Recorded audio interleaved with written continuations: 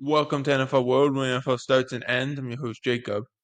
And welcome to the fourth episode of the NFL Dream, where we take a team and we say, can they go win a Super Bowl? This episode, we got the Buffalo Bills. Now, if you guys haven't been here before, we're going to go through what the Bills did in free agency, who they lost in free agency, the draft picks they got, as well as what their 2024 record was and what we can expect from their 2025 season. So let's begin with who the Buffalo Bills got. The first signing that we have, this is all from ESPN, by the way. Dane Jackson, the cornerback, is more or less returning. He signed with the Panthers last year. It didn't go well. He's returning on a 1-year deal. So familiar face, yes. This was also a room that the Buffalo Bills kind of decluttered as they let Rasul Douglas walk in free agency, traded Kaiir Elam. So now they're looking at a guy who can be the number one or the number two corner alongside Christian Bamford, who's going to be the clear number one in this case. Um, it's a good deal, I think, in my opinion. Let's see, it kind of, as ESPN described it, called upon in the last minute, but it's a good deal in my opinion. Kendrick Green, the guard, more of a backup. He's under 1 year, more of a backup guard. He's not going to push anybody for the starting job. That's not what he's going to do. This is more of, can he go and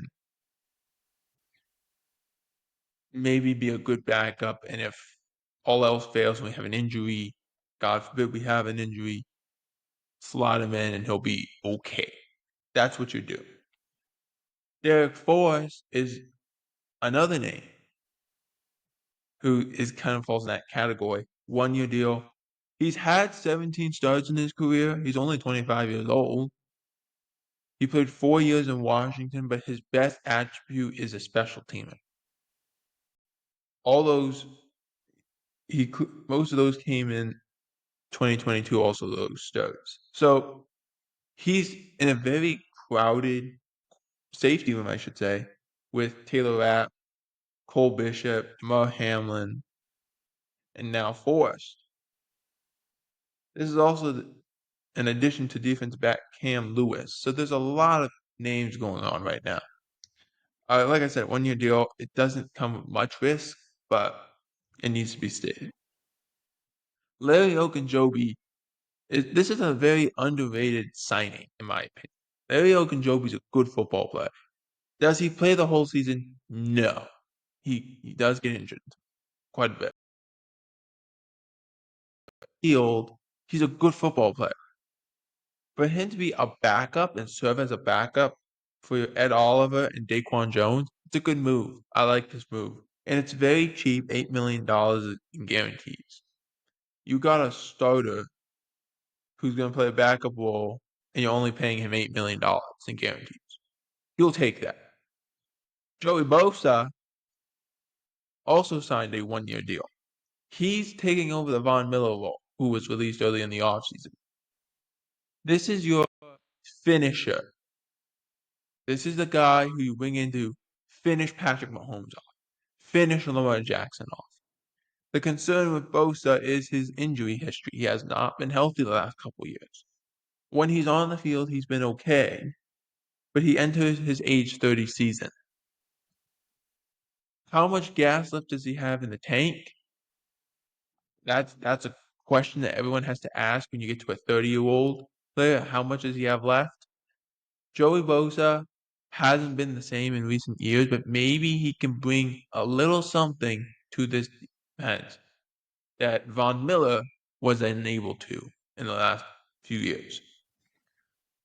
Ty Johnson, this is more of a return. They assigned him to a 2-year contract. He's a dynamic player. Josh Allen likes him.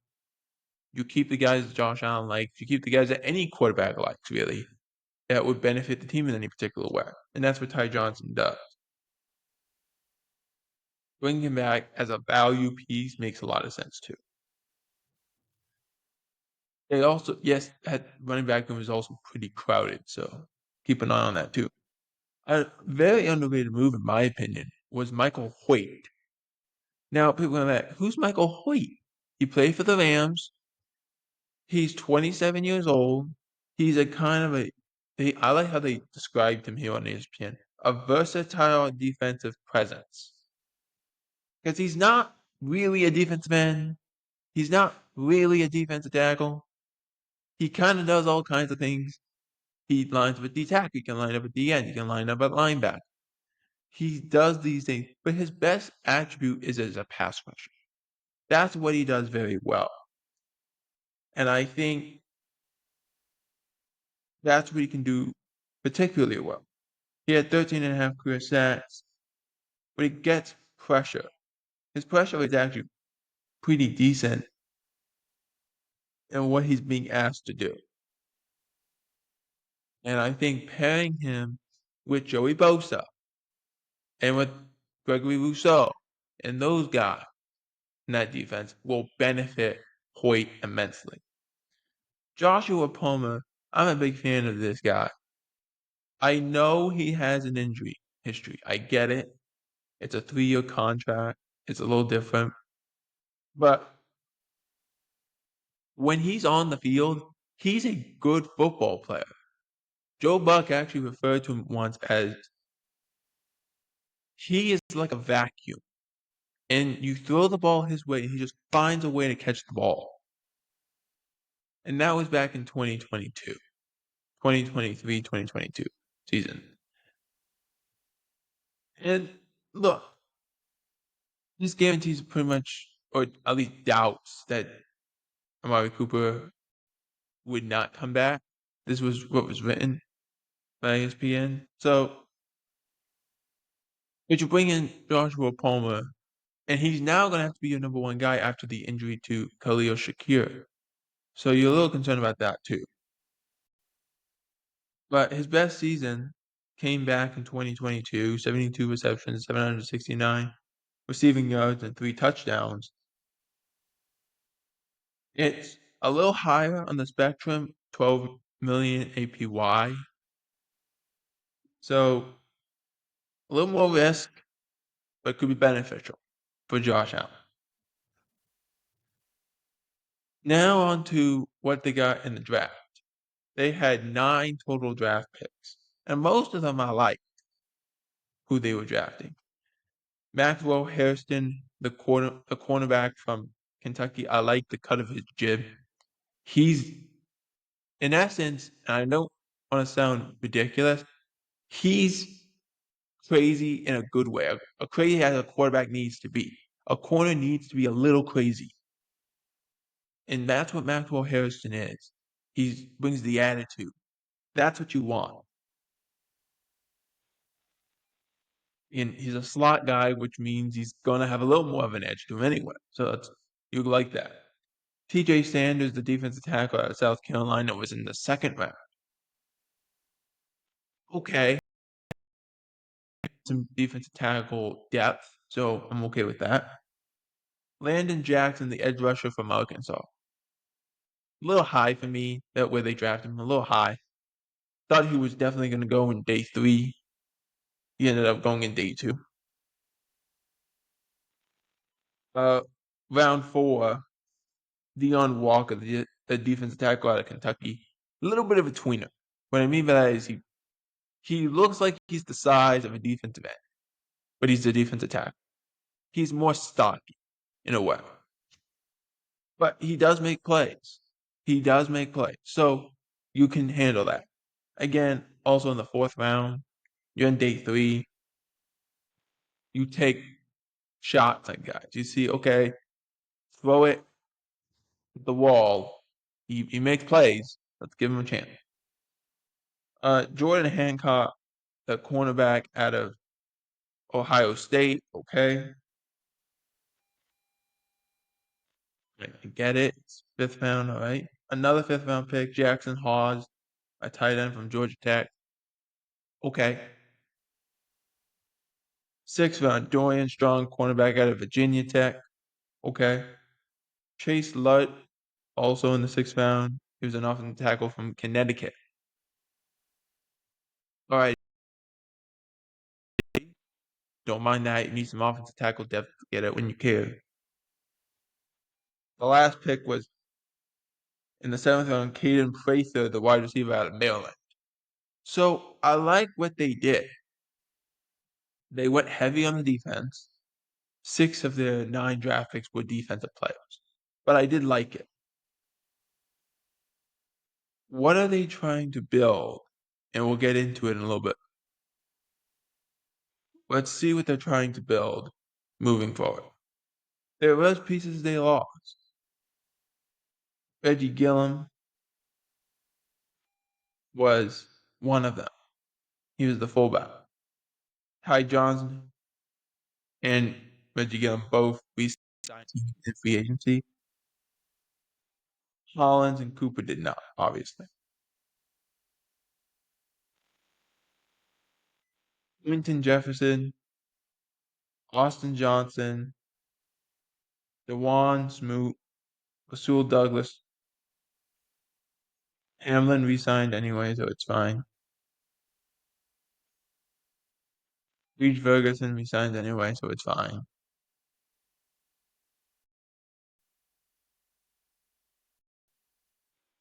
You traded Kyrie Elam away. You got him out of there. He's now with the Cowboys. So you're okay with that. They made some other transactions. Deion Kane, a wide receiver, and Elijah Moore. Moore was with the Browns. They put him on a franchise tag. They put him on a tender. And if anyone wanted him, they could sign him, and they have to give us a pick or whatever it was. That's what they did as he goes to Buffalo. Which that was a pretty easy move in my opinion, by the way. Now, let's look at the standings. They were 13-4 last year, the Buffalo Bills were. They had a .765 win percentage, which is really good. When you're winning 76% of your games, that means you're doing really well. PFF had them at 525. So, okay. PF, I should say. So, all right, not great, but okay. They were 8-0 at home. Okay. You want to win games at home. I like that. But they're 5-4 on the vote. That includes the last game of the season where they lost to the Patriots when they weren't really playing. But so there's a problem with this, in my opinion. And we'll get into it a little bit. Because as you look at the schedule, I have them pretty much going the same record. I have them going. My prediction for the Buffalo Bills is they go 13-4. They have a bye week on week 7. That's a little early because then you got to play 11 weeks in a row. Let's start week 1, home for Baltimore. We all know this game. Sunday night. Week 2 at New York. Home for Miami in week 3. Home for New Orleans in week 3. Home for New Orleans in week 4, excuse me.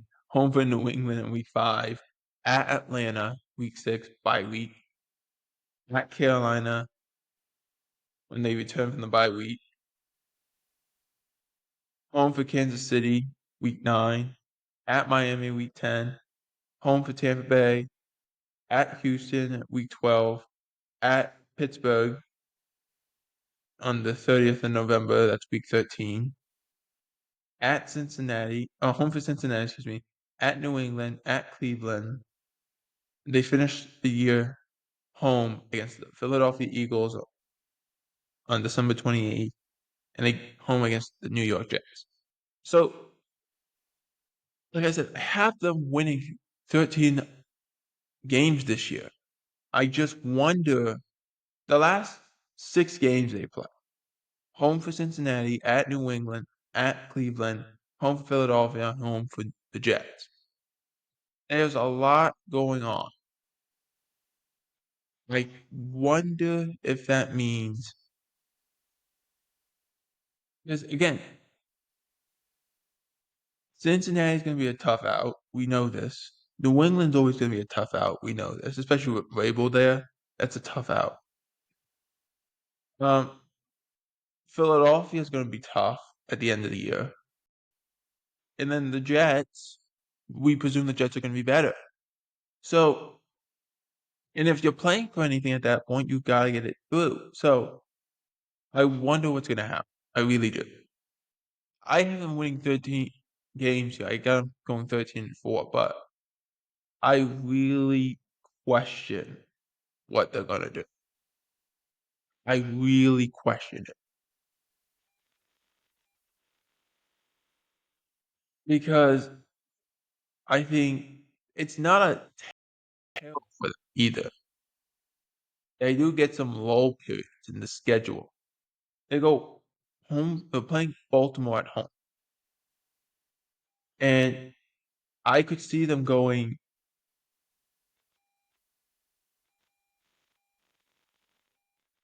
4-2 in at the lowest part through week 6, and then to finish off the year, I could see them going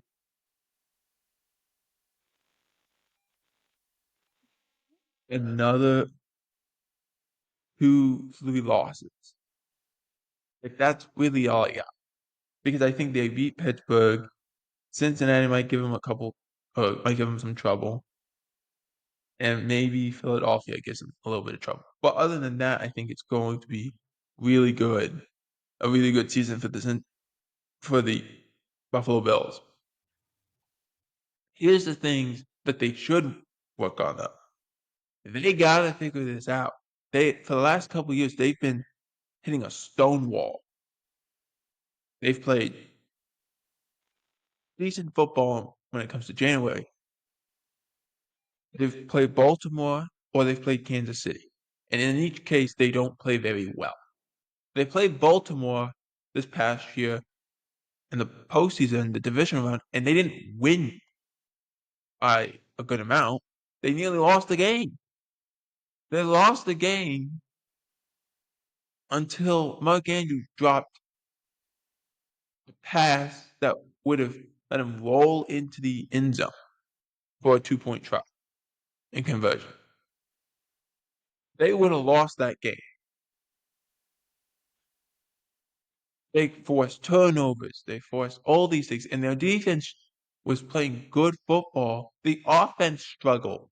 The offense struggled. That's the concern that everyone has. If your offense can't do what it's supposed to do, there is problems. And then the fact that when they did play Kansas City, they went for it on every 4th and 1. Every time they went for it with the same play, the same exact play. Tony Romo was saying it. Look, he likes going over this guard every time.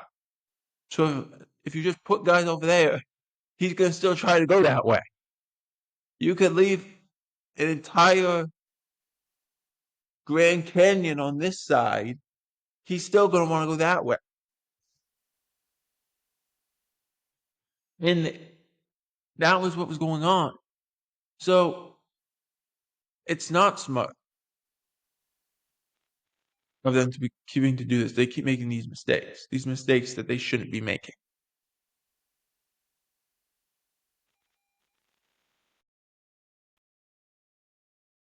And that's what the Bills should work out, in my opinion.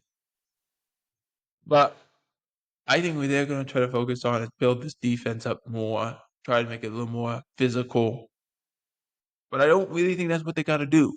I think they just got to be making better decisions and stop putting so much pressure on Josh Allen to be like, Josh Allen, save us. Because as you know here on this show, I don't like when teams do that. I think it's a waste. I think it doesn't benefit the player at all. I think it makes it too hard on the player. And I think that's where Buffalo is. They're trying indirectly, but are trying Josh Allen's life very different. So, do the Bills have a chance to win the Super Bowl? Could this be the year that they finally get through it, get through that glass ceiling? Yes, it could be. They could. They have a chance. They got to figure out how to go through Kansas City first. That's what needs to be figured out. That's the thing that needs to be figured. NFL World. I'm Jacob Hewitt.